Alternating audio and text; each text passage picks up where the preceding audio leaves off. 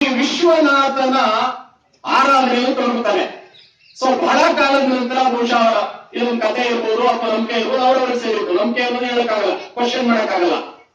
So ಹಾಗಾಗಿ ಬಹಳ ವರ್ಷಗಳ ನಂತರ ಕಾಶಿ ವಿಶ್ವನಾಥನ ಅನುಗ್ರಹದಿಂದ ಅವ್ರಿಗೆ ಮಗು ಹುಡ್ತಾರೆ.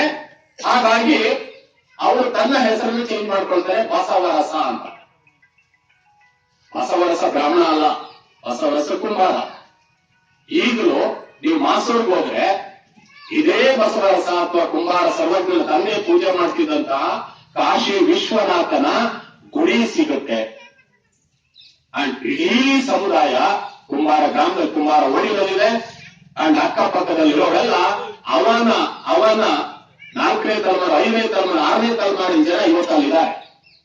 ಸೊ ಹಾಗಾಗಿ ನಾವು ಹೆಮ್ಮೆಯಿಂದ ಹೇಳ್ಕೊಳ್ಬಹುದು, ಕುಂಬಾರ ಹಾಲು ಕೊಟ್ಟವರಲ್ಲ, ಕುಂಬಾರ